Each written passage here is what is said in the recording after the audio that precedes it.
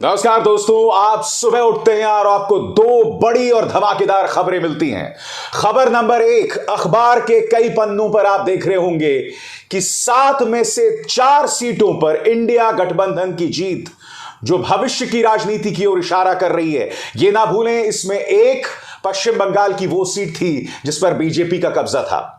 उत्तर प्रदेश की घोसी विधानसभा सीट बेशक इससे पहले समाजवादी पार्टी की रही हो, मगर यह ना भूले समाजवादी पार्टी का प्रत्याशी भाजपा में आ गया था और बीजेपी ने पूरा दमखम, अमित शाह ने पूरा दमखम लगा दिया था। और खबर नंबर 2, चंद्रबाबू नायडू, उनकी गिरफ्तारी होती है स्किल डेवलपमेंट मामले में सीआईडी द्वारा। यह भी भविष्य की राजनीति की ओर इशारा कर रहा है। मगर सबसे पहले दोस्तों, मैं बात करना चाहूंगा इस खबर की जो आपके स्क्रीन पर है। इंडिया गठबंधन को 7 में से 4 सीटों पर जीत मिली है और सबकी निगाह घोसी विधानसभा सीट पर। जैसा कि आप जानते हैं दोस्तों, सुधाकर सिंह ने, जो कि समाजवादी पार्टी के प्रत्याशी थे, उन्होंने दारा सिंह को, जो कि भाजपा के प्रत्याशी थे, उन्हें जबरदस्त तरीके से हराया। जितने भी राउंड गिनती चली, दारा सिंह एक भी राउंड में आगे ना हो पाए और सुधाकर सिंह ने उन्हें पछाड़ दिया।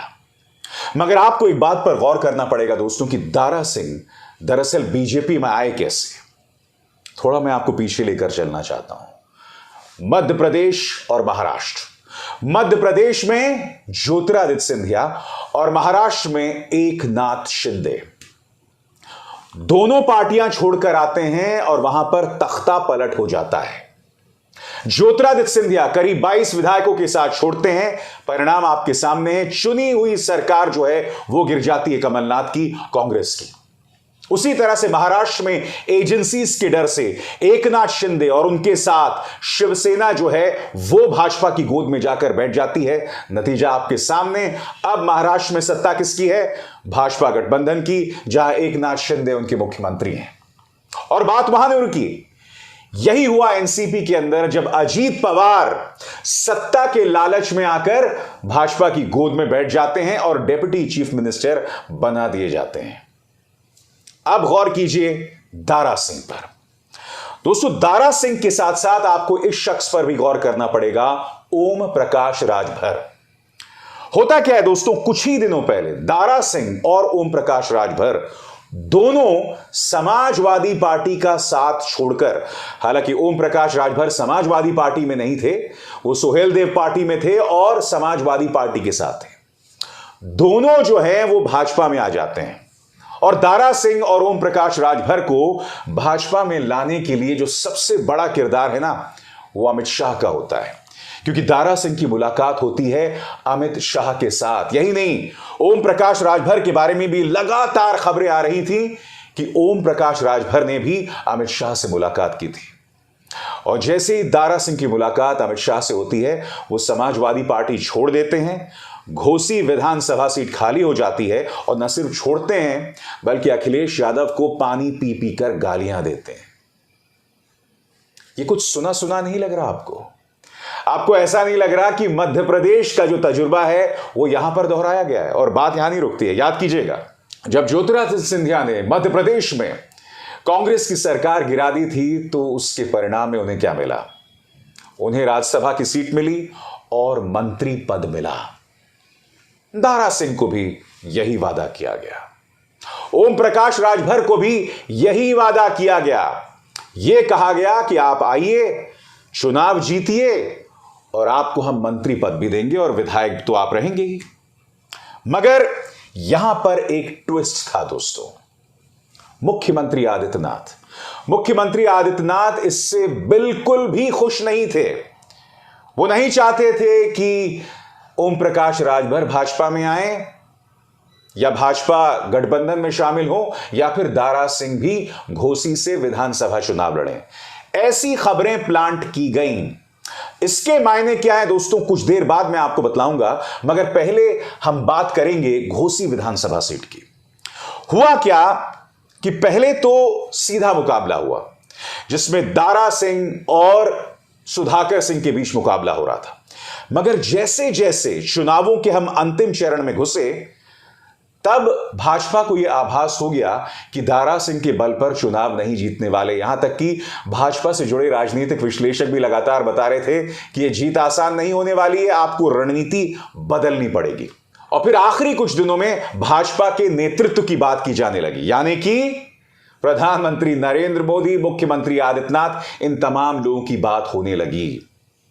मुख्यमंत्री आदित्यनाथ भी पहुंचे चुनावी रैलियों को संबोधित करने, मगर दूसरी तरफ अखिलेश यादव पूरी तरह से फोकस्ड होकर घोसी में चुनाव लड़ रहे थे। उन्हें करारा झटका मिला था जब ओम प्रकाश राजभर ने उनका साथ छोड़ दिया था राजनीतिक स्वार्थों के चलते, क्योंकि ये ना भूलें, जब ओम प्रकाश राजभर समाजवादी पार्टी के साथ थे तब पानी पी पी कर प्रधानमंत्री को गाली दिया करते थे, मगर वो तमाम चीजें भूलकर वो भाजपा की गोद में जाकर बैठ गए, उनके वॉशिंग मशीन में जा घुसे। क्या क्या नहीं कहा था, याद है आपको ओम प्रकाश राजभर ने प्रधानमंत्री के बारे में, मगर बावजूद इसके वो भाजपा में जाकर शामिल हो गए, या कम से कम उनके गठबंधन में शामिल हो गए। तो यहां पर मुकाबला साफ था। एक तरफ अखिलेश यादव और शिवपाल यादव कंधे से कंधा मिलाकर घोसी विधानसभा का चुनाव लड़ रहे थे, और दूसरी तरफ दारा सिंह बात कर रहे थे प्रधानमंत्री नरेंद्र मोदी, मुख्यमंत्री आदित्यनाथ की। मुख्यमंत्री आदित्यनाथ भी मैदान में उतर गए, मगर ये सब के बावजूद उन्हें जीत हासिल नहीं हुई। यहां तक कि ओम प्रकाश राजभर ने भी अपनी पूरी ताकत लगा दी थी, क्योंकि मैं आपको याद दिलाना चाहूंगा, घोसी जो है वो उत्तर प्रदेश के पूर्वांचल में आता है, जो ओम प्रकाश राजभर के दबदबे वाला इलाका है। इसलिए सब कह रहे थे कि भाई घोसी में बहुत आसानी से जीत मिल जाएगी, मगर ये हुआ नहीं, उन्हें हार का सामना करना पड़ा। मीडिया ये भी खबरें प्लांट कर रही है कि जिस तरह से मुख्यमंत्री आदित्यनाथ 2018 में गोरखपुर लोकसभा सीट में उम्मीदवार के चयन से खुश नहीं थे, उसी तरह से इस बार भी वो घोसी में खुश नहीं थे, और इसीलिए भाजपा को हार का सामना करना पड़ा। क्या यह बात सही है? इस पर हम गौर करेंगे, मगर आपको गौर करना पड़ेगा दोस्तों कि इस मुद्दे पर अखिलेश यादव क्या कह रहे हैं, क्योंकि उनका एक एक शब्द काफी मायने रखता है दोस्तों। और यही नहीं, इस जीत के लिए उन्होंने श्रेय सिर्फ समाजवादी पार्टी को नहीं दिया है, उन्होंने श्रेय इंडिया को दिया है, विपक्ष के गठबंधन इंडिया को। मैं चाहूंगा कि आप अखिलेश यादव के एक एक शब्द पर गौर करें। अखिलेश यादव दरअसल कह क्या रहे हैं, लंबा चौड़ा है, मगर एक एक बिंदु पर गौर कीजिएगा। घोसी की जनता व विजयी प्रत्याशी श्री सुधाकर सिंह जी को अनंत बधाई एवं घोसी के सुनहरे भविष्य की शुभकामनाएं। अब एक एक पंक्ति पर गौर कीजिए जो यहां पर अखिलेश यादव कह रहे हैं दोस्तों। पंक्ति नंबर 1, घोसी में जनता की बड़ी सोच की जीत हुई है। घोसी ने न सिर्फ समाजवादी पार्टी बल्कि इंडिया गठबंधन के प्रत्याशी को जितलाया। दोस्तों ये बहुत बड़ी बात है।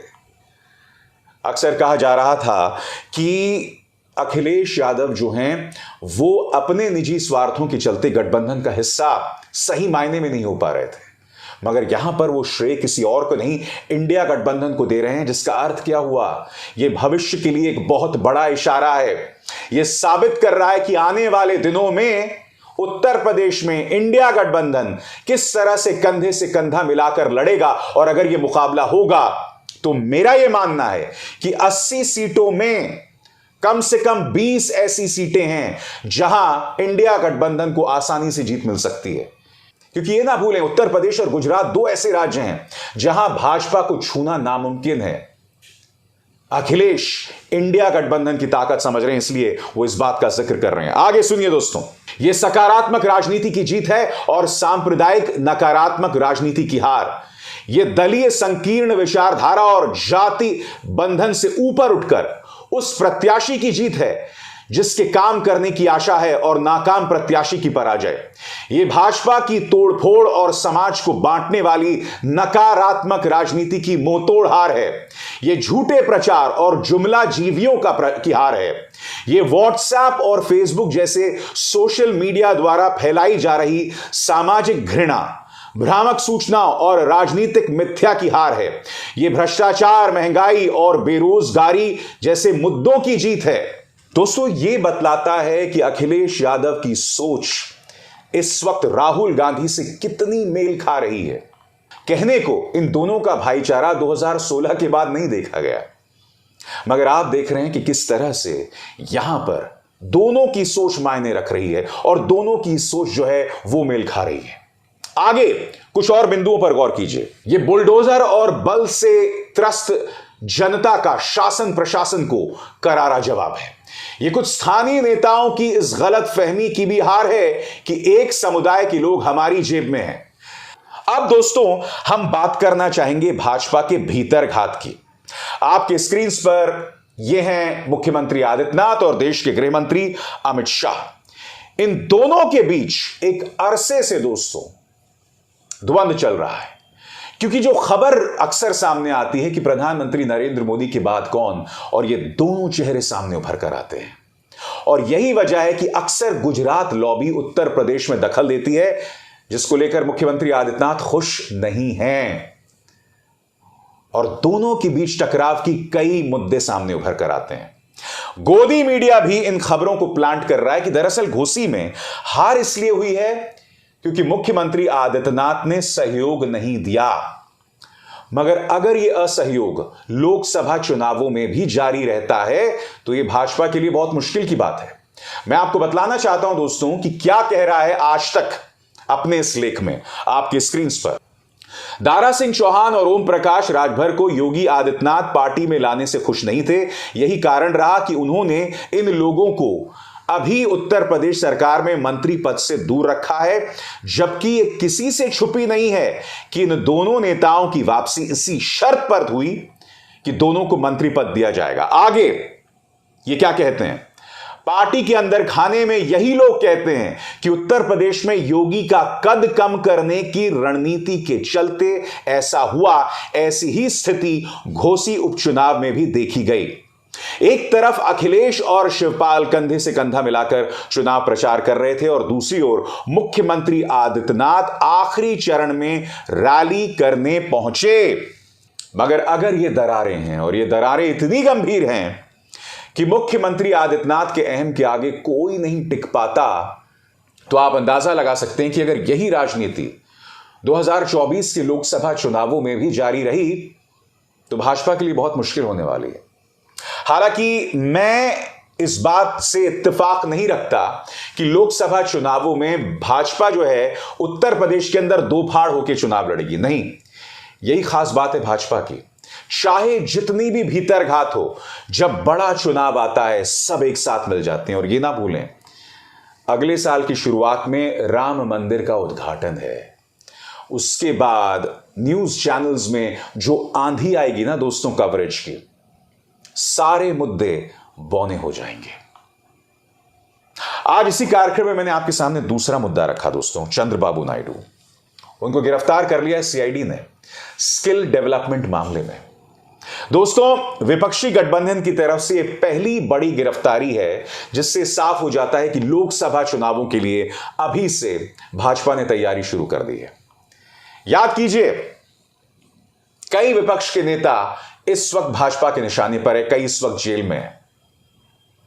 मनीष सिसोदिया, सत्येंद्र जैन, इसके अलावा नवाब मलिक, देशमुख के तमाम लोग छूटे हैं। कहने का अर्थ क्या है?